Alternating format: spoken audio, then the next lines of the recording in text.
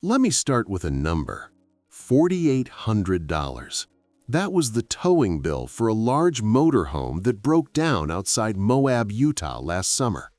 No engine rebuild, no battery replacement, no catastrophic failure, just the cost of getting a 35,000-pound vehicle to a service center that could actually work on it. For someone living in that motorhome full-time, someone whose home was now sitting on the side of a Utah highway, that bill arrived in a single afternoon, without warning, without negotiation. And it came out of the same account that pays for groceries and prescriptions and everything else. That is the part of the electric motorhome conversation almost no one talks about. Not range, not charging, not solar panels. Breakdowns. Because the day a motorhome becomes your permanent address, a mechanical failure stops being an inconvenience. It becomes a direct test of your financial independence. Today, we are going to answer the question that almost no Tesla motorhome video addresses directly. When something breaks on the road, how hard is it to fix, how long does it take, and how much does it actually cost to get moving again? And more importantly, how does that compare with the diesel RVs that millions of Americans have been relying on for decades? Let's go. The reality of motorhome breakdowns. Let me start with a truth that every long-term RV owner knows, and that most YouTube channels will never say out loud. Motorhomes break down more than regular cars. Not because they are poorly built, not because the manufacturers don't care, but because of what a motorhome actually is. It is a heavy-duty truck chassis engineered to haul tens of thousands of pounds across highways, through mountain passes, and over roads that were not designed with a 40-foot vehicle in mind. And built on top of that chassis is a fully functional house, a kitchen, a bathroom, a bedroom, climate control, plumbing, electrical wiring, a water pump, a water heater, an air conditioning system, a refrigerator, a heating system. Every single one of those systems can fail, and over years of full-time use, on roads with bumps and heat and cold and vibration, eventually one of them will. The question is not whether your motorhome will need a repair. The question is where you will be when it does, and what it will cost you to get back on the road. That question has a very different answer depending on which vehicle is in your driveway. What actually breaks and how often? Let's talk about the real failure patterns because the numbers here matter. According to data from RV owner surveys and extended warranty claims, the most common repair categories in American motorhomes are roof leaks and water infiltration, slide-out motor and seal failures, water pump and plumbing failures, air conditioning system failures, and suspension wear, particularly on vehicles used full-time on mixed road surfaces. Water pump replacements typically run $150 to $400 in parts and labor. Slide-out motor failures cost $500 to $1,500, depending on the system. Air conditioning compressor replacements in a large Class A motorhome run $1,200 to $2,500. Roof resealing, a maintenance item that diesel motorhome owners perform every 1 to 3 years, costs $300 to $1,500, depending on the roof area and condition. Over a 10-year period of full-time use, experienced RV travelers budget $2,000 to $5,000 per year for maintenance and unplanned repairs. That number is not a scare tactic. It is what the data from long-term owners actually shows. Now here is where diesel and electric motorhomes begin to diverge and where the comparison becomes critical for a retiree making a long-term financial decision. The diesel repair ecosystem is the invisible advantage. Diesel engines power freight trucks, city buses, construction equipment, emergency vehicles, agricultural machinery. The diesel engine is one of the most widely serviced mechanical systems in the history of American transportation. That fact, which most motorhome reviews never mention, has an enormous practical consequence. Across the United States, diesel repair infrastructure exists almost everywhere. According to the American Trucking Associations, there are approximately 490,000 trucking companies operating in the U.S., supported by tens of thousands of independent diesel mechanics, truck service centers, Freightliner and Ford dealerships, Cummins-authorized service locations, and Caterpillar repair networks. Pilot Flying J alone operates over 900 truck service locations across 44 states.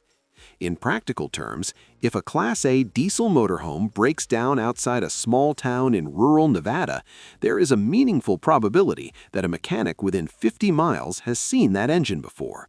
Maybe not an RV specialist, but someone who can diagnose a diesel problem, source a part through a national distributor, and get the vehicle moving again within 24 to 48 hours.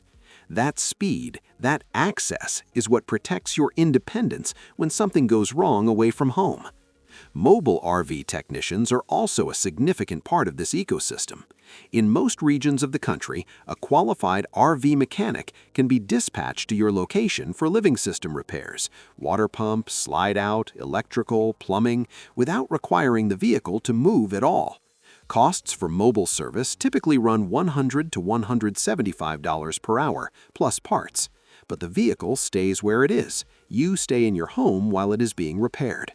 For a retiree with a bad back who does not want to sleep in a motel for 3 days while their home is at a service center 200 miles away, that option is not a convenience, it is a lifeline. The electric vehicle repair reality. What changes? Now let's talk about what changes when the diesel engine is replaced by an electric drivetrain. The mechanical simplicity argument for electric vehicles is real. An electric motorhome would eliminate the engine oil system. No oil changes at $300 to $500 each 3 or 4 times a year. It eliminates the transmission and transmission fluid service. It eliminates the fuel injectors, the exhaust system, the diesel particulate filter, the turbocharger. Over 10 years of full-time use, these savings are not trivial. Industry estimates for long-term EV maintenance savings versus diesel equivalents range from $4,000 to $9,000 over a decade. That is real money. For someone on a fixed income, that is real independence.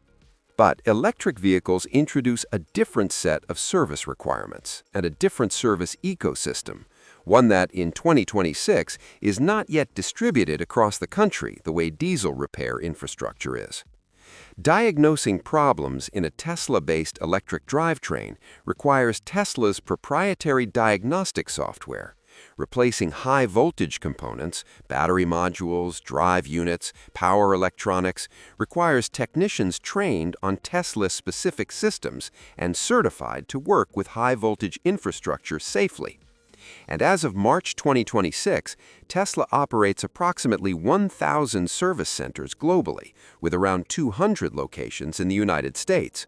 The majority are concentrated in California, Texas, Florida, and the Northeast Corridor. Translate that to a map, and the picture becomes clear. If an electric motorhome experiences a drivetrain fault outside Flagstaff, Arizona, the nearest Tesla service center capable of handling a semi-platform vehicle is in Phoenix, roughly 140 miles south. If the vehicle is not drivable, that is a tow. And towing a 35,000-pound motorhome is not the same as towing a passenger car.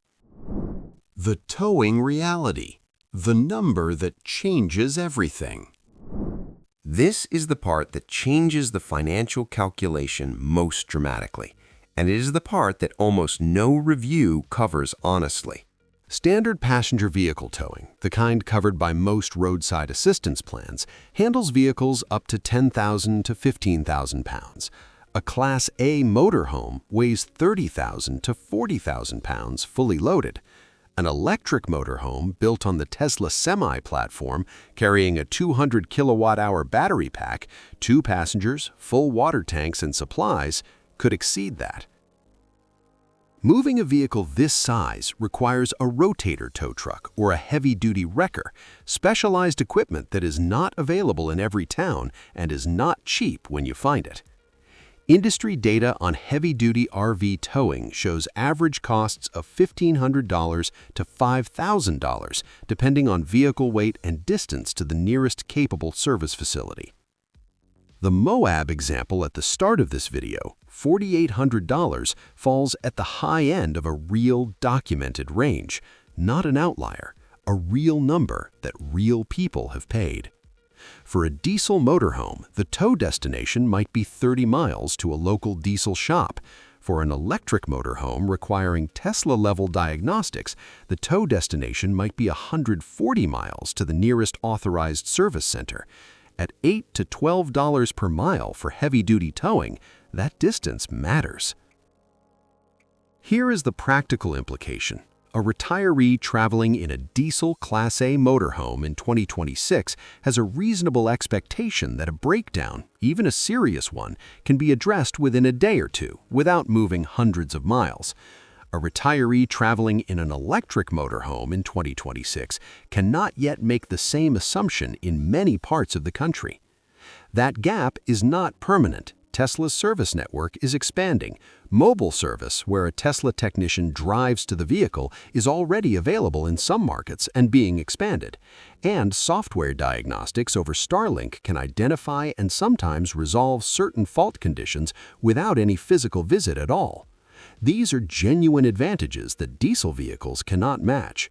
But genuine advantages are not the same as parity, and in 2026, the service network for a Tesla semi-platform motorhome is not yet distributed the way the diesel repair ecosystem is.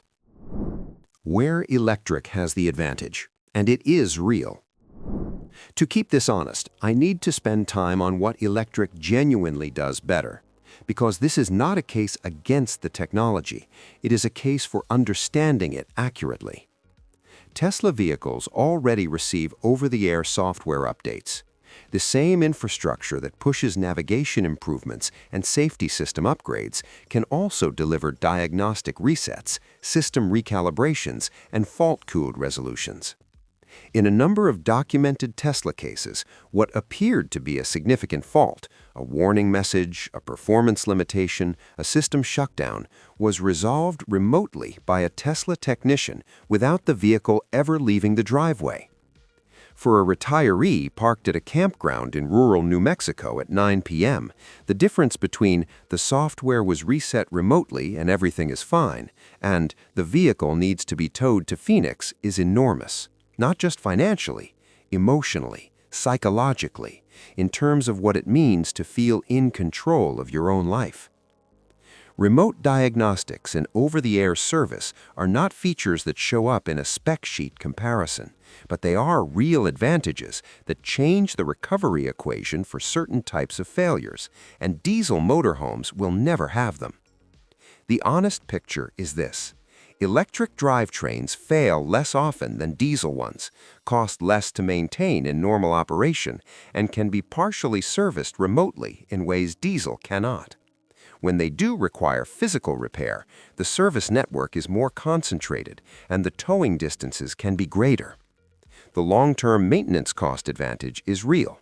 The short-term service access gap is also real. Both things are true, and you deserve to understand both before you make a decision. The question that actually matters. Most people ask, which vehicle breaks less often? But retirees who have spent years on the road, who have managed a water pump failure in the middle of a national forest and a slide-out that stopped working on a Tuesday in January, those people know the better question. Which vehicle is easier to recover from when something goes wrong? Reliability matters, but recovery matters more, because independence on the road is not defined by avoiding problems. Every vehicle has problems eventually. Independence is defined by how quickly you can solve them and how much solving them costs. A vehicle that breaks down rarely but requires a $4,800 tow to a service center 150 miles away when it does, is that more independent than a vehicle that requires more frequent maintenance but can be worked on by a mechanic in the next town? That answer depends entirely on how and where you travel, on your financial cushion, on your tolerance for uncertainty, and on whether the remote service capabilities that Tesla is building will be sufficient for the specific places you plan to go. There is no universal right answer, but there is a right question, and now you have it. The maintenance cost comparison. Run the numbers. Let me put the 10-year financial picture on the table directly, because this is where the decision often gets made. A diesel Class A motorhome, a Winnebago Adventurer, a Tiffin Allegro, averages $3,000 to $6,000 per year in routine maintenance and unplanned repairs over a full-time use period.